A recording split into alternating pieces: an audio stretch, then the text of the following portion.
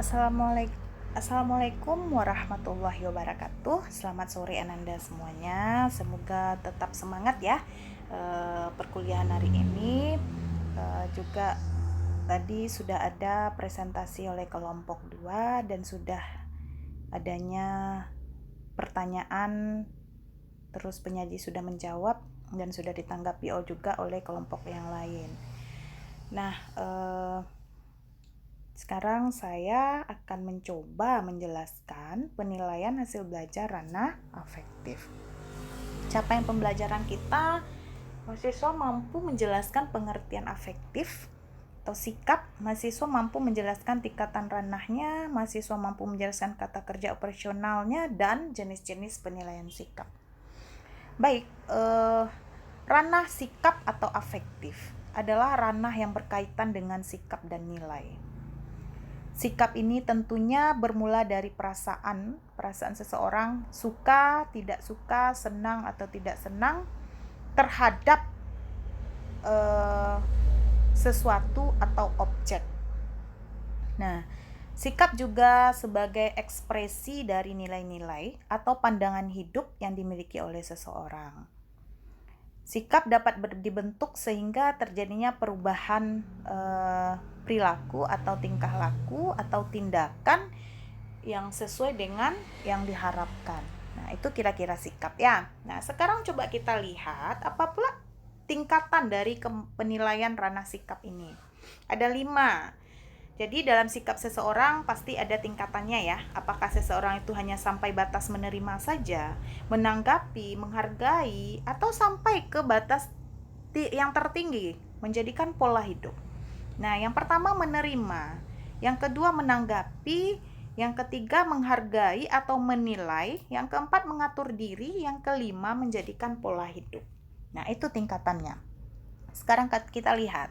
Nah, menerima itu adalah kepekaan seseorang dalam menerima rangsangan atau stimulus dari luar. Ya, atau menerima sesuatu gejala yang dilihat. Itu dia.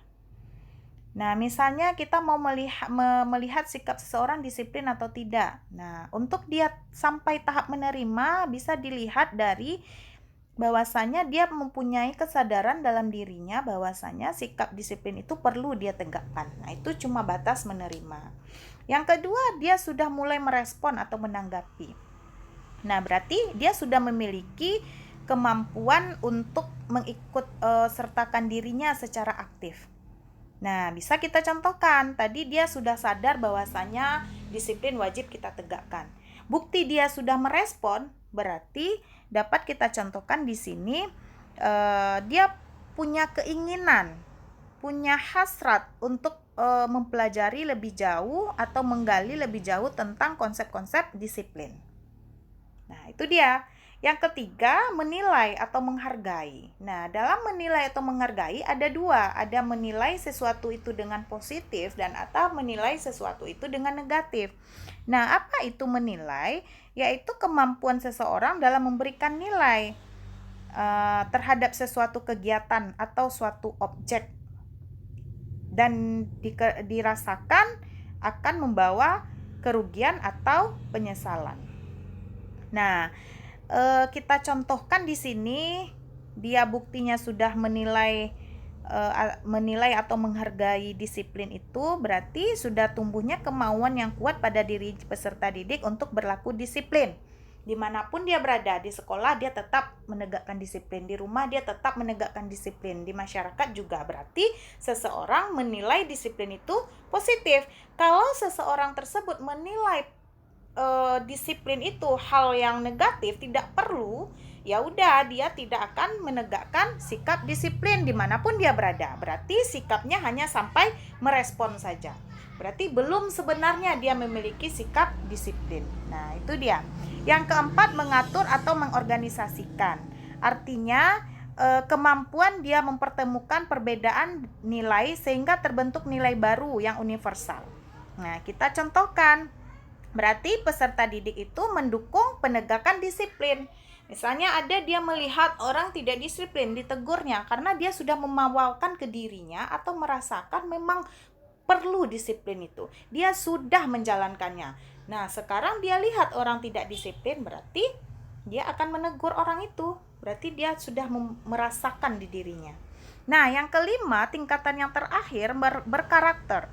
Artinya akan terbentuk nilai baru pada dirinya. Ya. Nah, contohnya misalnya peserta didik menjadikan nilai disiplin sebagai pola pikir dan bertindak. Nah, apapun yang terjadi dimanapun dia berada, dia selalu disiplin. Berarti sudah mendarah daging di dirinya, sudah menjadi suatu karakter diri dirinya, dia itu sudah disiplin. Nah, itu kira-kira. Sekarang saya contohkan yang lain. Sikap bekerja sama. Apakah seseorang itu memang memiliki sikap bekerja sama atau tidak? Nah, di awal perkuliahan kemarin saya sudah menjelaskan ke Ananda. Proses pembelajaran kita itu dengan diskusi. Kelompok yang akan mempresentasikan materi hari itu, dia akan membuat video presentasi. Setelah itu kelompok yang tidak tampil akan melihat video tersebut dan baru kita lakukan diskusi. Ada yang bertanya, ada yang menanggapi. Nah, seperti itu. Terus Ananda ketika saya menjelaskan itu, bukti Ananda menerima, Ananda mendengarkan saya. Nah, itu dia buktinya Ananda menerima. Apa bukti tingkatan sikap Ananda itu merespon ya? Yang kedua tadi merespon. Ananda mengiyakan. Saya melontarkan kepada Ananda, apakah Ananda paham semua proses yang akan kita lakukan? Paham, Bu? Iya, Bu. Bisa dilaksanakan? Insya Allah, Bu. Berarti itu sudah merespon. Tapi kalau Ananda ketika itu diam, berarti Ananda belum merespon punya saya. Hanya sampai batas menerima saja. Entah setuju, entah enggak ya. Nah, itu dia. Yang ketiga, Ananda menilai itu positif atau negatif. Ketika Ananda menilai bekerja sama itu positif, berarti Ananda ikut serta di dalam proses diskusi. Nah, jadi kelompok 1 udah tahu tugasnya, materinya apa. Semua anggota ikut bekerja sama untuk membuat video, untuk nantinya akan siapa yang ditunjuk untuk menyajikan, siapa yang ditunjuk untuk sebagai moderator, dan siapa yang ditunjuk untuk menanggapi atau menjawab pertanyaan dari kelompok lain. Nah, Anda saling bekerja sama. Itu buktinya Ananda menilai positif. Ketika Ananda menilai itu negatif, Ananda tidak akan peduli dengan tugas kelompok. Berarti Ananda cuma batasnya 2 saja. Tingkatannya hanya menerima dan merespon, tidak menilai dengan baik. Nah, itu dia. Yang keempat, mengatur atau mengorganisasikan. Berarti Ananda akan bekerja sama terus. Walaupun nanti di materi yang berbeda, saya tetap diskusi yang saya pakai, Ananda langsung tanpa ada instruksi dari ketua kelompok. Kamu ini ya, ini tidak. Ananda sudah tahu dengan tugasnya, sudah langsung melaksanakannya di hal-hal yang berbeda tadi. Nah, yang kelima, berkarakter. Nah, ini puncaknya. Apabila Ananda benar-benar seseorang yang memiliki rasa kerjasama, berarti materi apapun, mata kuliah apapun, kalau Ananda anggap itu perlu dilakukan bersama-sama, Ananda akan melaksanakannya secara bersama-sama. Berarti Ananda sudah memiliki sikap tingkatan yang paling tinggi, yaitu berkarakter, menghayati, sudah membawakan ke diri Ananda sendiri. Nah, itu kira-kira tingkatan ranah sikap. Nah, kalau kita lihat ciri-ciri ranah sikap dari menerima, dia aktif menerima dan sensitif. Dia tanggap, itu yang mendengar tadi ya. Terus siswa sadar tetapi sikapnya pasif terhadap stimulus. Dia belum mengiyakan, dia hanya mendengar saja. Itu maksudnya. Siswa sedia menerima, terus pasif terhadap fenomena tetapi sikapnya mulai aktif. Nah, dia belum menjawab iya atau tidak, dia hanya mendengarkan saja seperti ini. Apa yang saya jelaskan tadi. Yang keempat, siswa mulai selektif, artinya sudah aktif melihat dan memilih. Nah, seketika dia mendengar dengan baik-baik instruksi saya, penjelasan saya, dia melihat dan dia sudah ada di dalam pikirannya, saya ini ngerti atau enggak ya? Nah, dia sudah bisa memilih gitu. Nah, ketika di tahapan merespon, bersedia menerima dan aktif menyeleksi reaksi, mengikuti sugesti, bersedia menanggapi dan merespon, serta merasa puas dalam menanggapi. Berarti dari yang dilihatnya, dari yang diterimanya penjelasan saya, dijawabnya iya. Oke Bu, insya Allah kami bisa melaksanakannya. Itu bukti Ananda merespon. Nah, yang ketiga menilai. Sudah mulai menyusun atau memberikan persepsi tentang apa objek yang diamatinya. Menerima nilai itu. Dia menilai baik atau tidak, seperti yang saya jelaskan tadi. Berarti ciri-ciri dari menilai, dia sudah mulai bertindak. Kalau dia menilai itu positif, kalau dia menilai itu negatif, oh tidak perlulah kerjasama, biar sajalah teman-teman saya. Berarti dia tidak bertindak. Nah, itu dia. Yang keempat, mengatur atau mengorganisasikan. Nah, ciri-cirinya sudah pemilikan sistem nilai, sudah aktif mengkonsepsikan nilai dalam dirinya, sudah mencobakan ke dalam dirinya. Nah, Anda sudah ikut diskusi tadi pada tahapan ini, tingkatan ini, itu dia. Yang terakhir, berkarakter, menyusun berbagai macam sistem nilai menjadi nilai yang mapan dalam dirinya. Terapan dan pemilikan sistem nilai. Setelah itu terakhir, karakteristik pribadi dia. Nah, berarti dia terus bekerja sama, terus berdisiplin dimanapun dia berada tanpa ada instruksi orang lain. Nah, itu kira-kira ciri-ciri dan tingkatan ranah sikap. Nah, sekarang kata kerja operasional ranah sikap.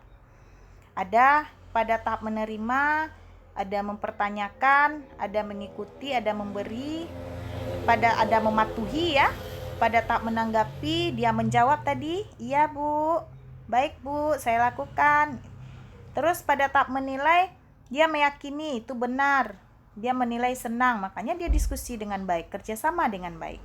Ada mengatur, di sini ada menata, mengubah, dia merencanakan. Nah, dia sudah mulai diskusi tadi contohnya. Menghayati, mengubah perilakunya.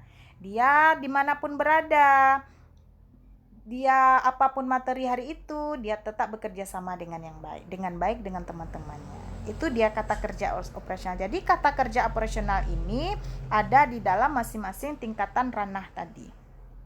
Nah, itu dia. Nah, ini adalah contoh beberapa sikap yang bisa kita amati selama proses. Seperti yang Ananda ketahui, banyak sekali sikap yang bisa diamati. Tetapi yang perlu Ananda pahami di sini, tidak semua sikap di dalam proses pembelajaran yang bisa kita amati. Kita itu bisa menilai sikap peserta didik minimal mungkin 2 atau 3 saja. Nah, pemilihan sikap yang mana itu Ibu? Misalnya ya. Nah, sikap yang bisa kita nilai untuk mengamati kemampuan afektif atau sikap peserta didik kita ambil yang sesuai dengan proses pembelajaran. Nah, misalnya saya contohkan, Ananda menggunakan model pembelajaran problem-based learning. Di sana siswa memecahkan permasalahan, dia berdiskusi dengan baik, dia bekerja sama dengan baik untuk memecahkan materi hari itu. Permasalahan yang telah diberikan oleh gurunya. Nah, kira-kira sikap mana yang bisa diamati oleh guru? Ayo, siapa yang bisa? Nah, bagus. Mungkin kita bisa melihat sikap bekerja sama gitu. Ya. Yang kedua apa lagi yang bisa kita lihat di sini? Ya, pintar, bertanggung jawab. Nah, jadi cukup 2 saja, sikap bekerja sama dan bertanggung jawab, karena itu yang bisa kita amati ketika proses pembelajarannya dengan model PBL tadi. Bukan artinya sikap yang lain tidak bisa ya, tapi kita ambil yang bisa benar-benar kita lihat. Karena nanti untuk mengamati sikap tentu ada instrumen yang kita gunakan. Nah, kalau misalnya yang sikap yang kita amati itu tidak bisa dilihat di dalam proses tersebut, tidak mungkin. Nah, itu dia ya. Jadi ini ada beberapa sikap. Dan yang satu lagi yang harus Ananda pikirkan, Ananda harus menyesuaikan sikap yang akan Ananda amati itu dengan kompetensi dasar dari KI 2. Nah, karena KI 2 adalah kompetensi penilaian sikap sosial. KI 1 sikap spiritual. Nah, jadi Ananda jangan lupa melihat kompetensi yang harus dicapai oleh siswa pada KI 1 dan KI 2. Sikap apa yang harus ada pada materi itu, tuntutan KI KD-nya. Itu yang harus kita sesuaikan. Nah, jelas ya. kita lanjut jenis-jenis penilaian sikap. Nah, jenis-jenis penilaian sikap itu ada observasi sikap, ada dengan penilaian diri, dan ada dengan penilaian antar teman atau penilaian teman sejawat. Mari kita lihat masing-masingnya. Nah, ini ada bagan ya. Penilaian sikap itu ada yang utama, ada yang penunjang. Nah, yang utama di sini maksudnya langsung diobservasi oleh guru di dalam proses pembelajaran oleh guru mata pelajaran. Yang kedua, observasi sikap itu bisa diamati oleh guru BK. Jadi kalau di sekolah-sekolah ya, di SMP, SD, dan SMA, itu yang menilai penilaian sikap itu tidak hanya guru mata pelajaran saja, guru BK juga. Tapi dengan cara observasi sikap, penilaiannya tadi jenisnya observasi sikap. Yang kedua ada sebagai penunjang. Itu adalah penilaian diri dan antar teman. Jadi sifat dari penilaian diri dan antar teman bisa sebagai penunjang. Karena penilaian diri ini akan dilakukan oleh diri peserta didik sendiri. Kalau penilaian antar teman akan dilakukan oleh temannya menilai temannya yang lain. Makanya dia sebagai penunjang. Kalau observasi sikap oleh guru itu sendiri, guru itu yang langsung mengamati sikap peserta didiknya. Makanya dia sebagai penilaian sikap yang utama.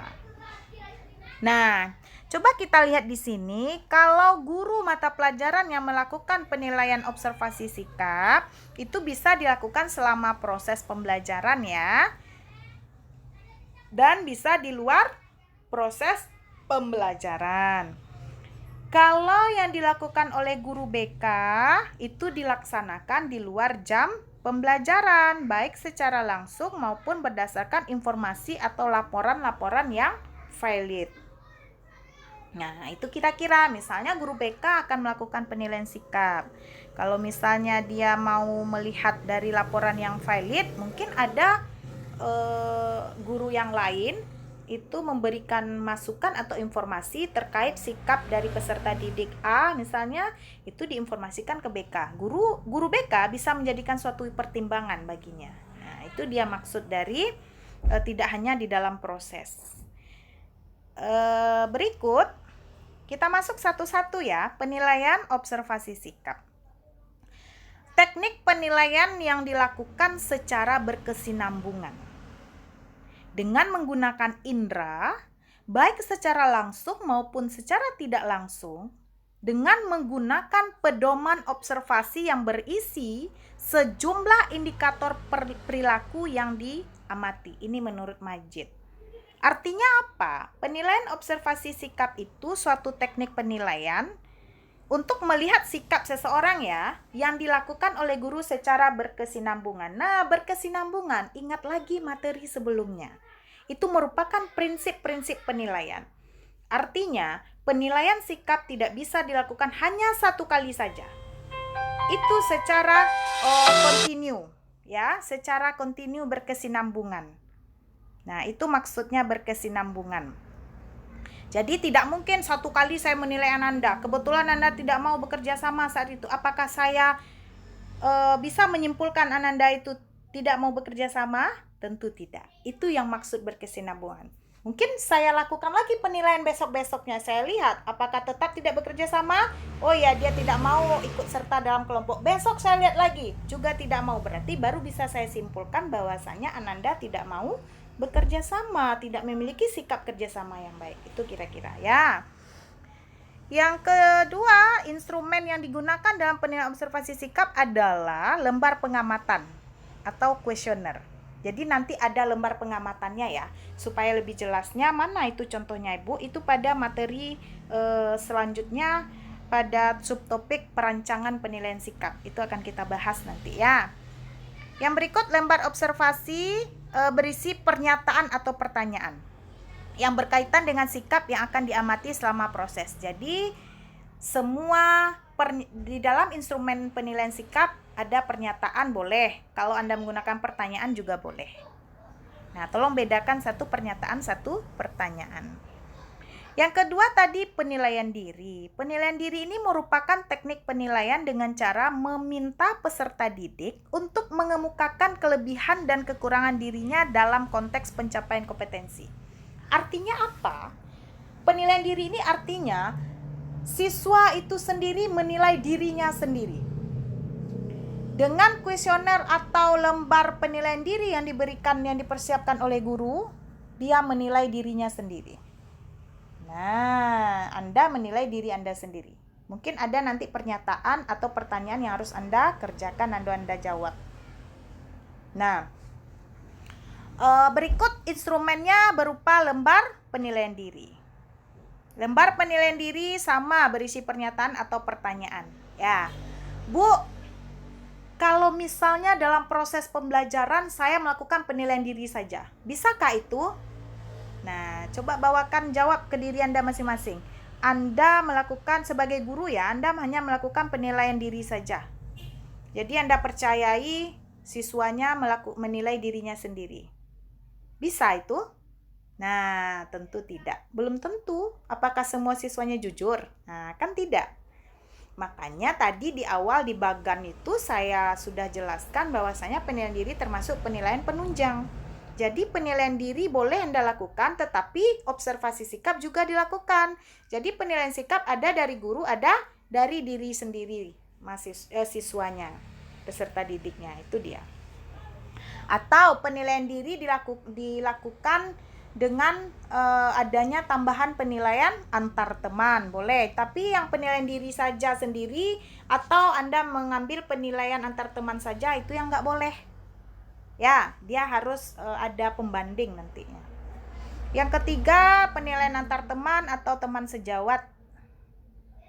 Nah, penilaian antar teman atau teman sejawat merupakan teknik penilaian dengan cara meminta peserta didik untuk saling menilai.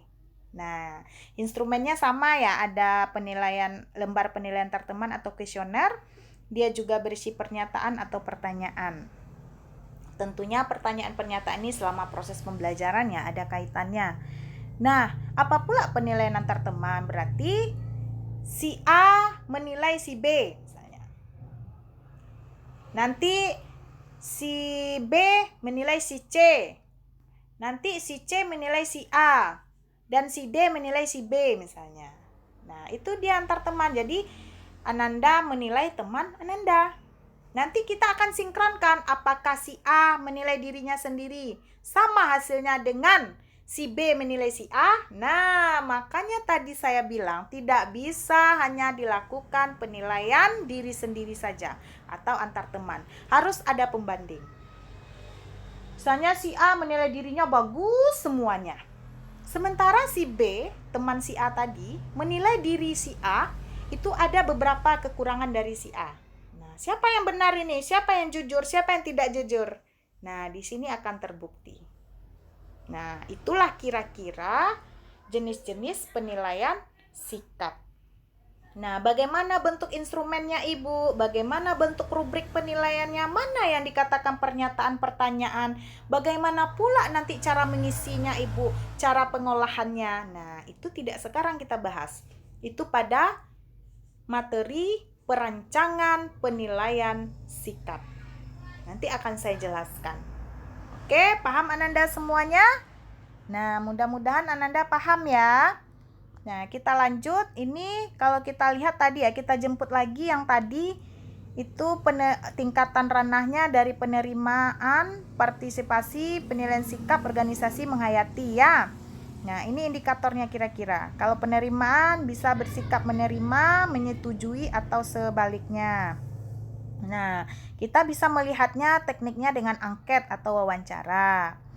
Kalau kita mau melihat partisipasinya atau tanggapannya, dia bersedia terlibat partisipasi. Kita bisa lihat dengan observasi. Atau memandang penting bernilai indah, kita bisa lihat dengan angket. Nah, pada tahap tingkatan organisasi, artinya indikatornya di sini bisa mengakui, mempercayai, meyakinkan, atau sebaliknya kita bisa dengan teknik angket atau wawancara. Menghayati juga, melembagakan, membiasakan diri, dan dalam pribadi dan perilaku sehari-hari. Itu bisa dengan angket dan wawancara. Jadi teknik penilaiannya sama dengan yang saya bilang tadi, ya. Kita misalnya melakukan penilaian observasi sikap, penilaian diri atau teman sejawat. Nah, tekniknya bisa dengan angket. Atau Anda mau observasi langsung ke lapangan, Anda lihat. Atau Anda mau dengan wawancara. Nah, ini juga ada yang namanya jurnal. Jurnal di sini jangan Anda pikir jurnal itu sama dengan jurnal-jurnal tulisan karya ilmiah, tidak. Jurnal maksud dari penilaian sikap ini adalah itu kita mendeskripsikan, menggambarkan, menuliskan semua kejadian-kejadian perilaku sikap siswa kita. Mulai hari ini sampai selanjutnya, bagaimana dia kita buat dalam bentuk tabel. Nanti juga akan dijelaskan, bukan di pertemuan ini kita menjelaskan bagaimana bentuk penilaian sikap dengan jurnal. Oke, Ananda semua, mungkin itu saja yang bisa saya jelaskan. Ananda tentunya mudah-mudahan bisa paham lagi, ya. Sekian, terima kasih. Saya akhiri. Assalamualaikum warahmatullahi wabarakatuh.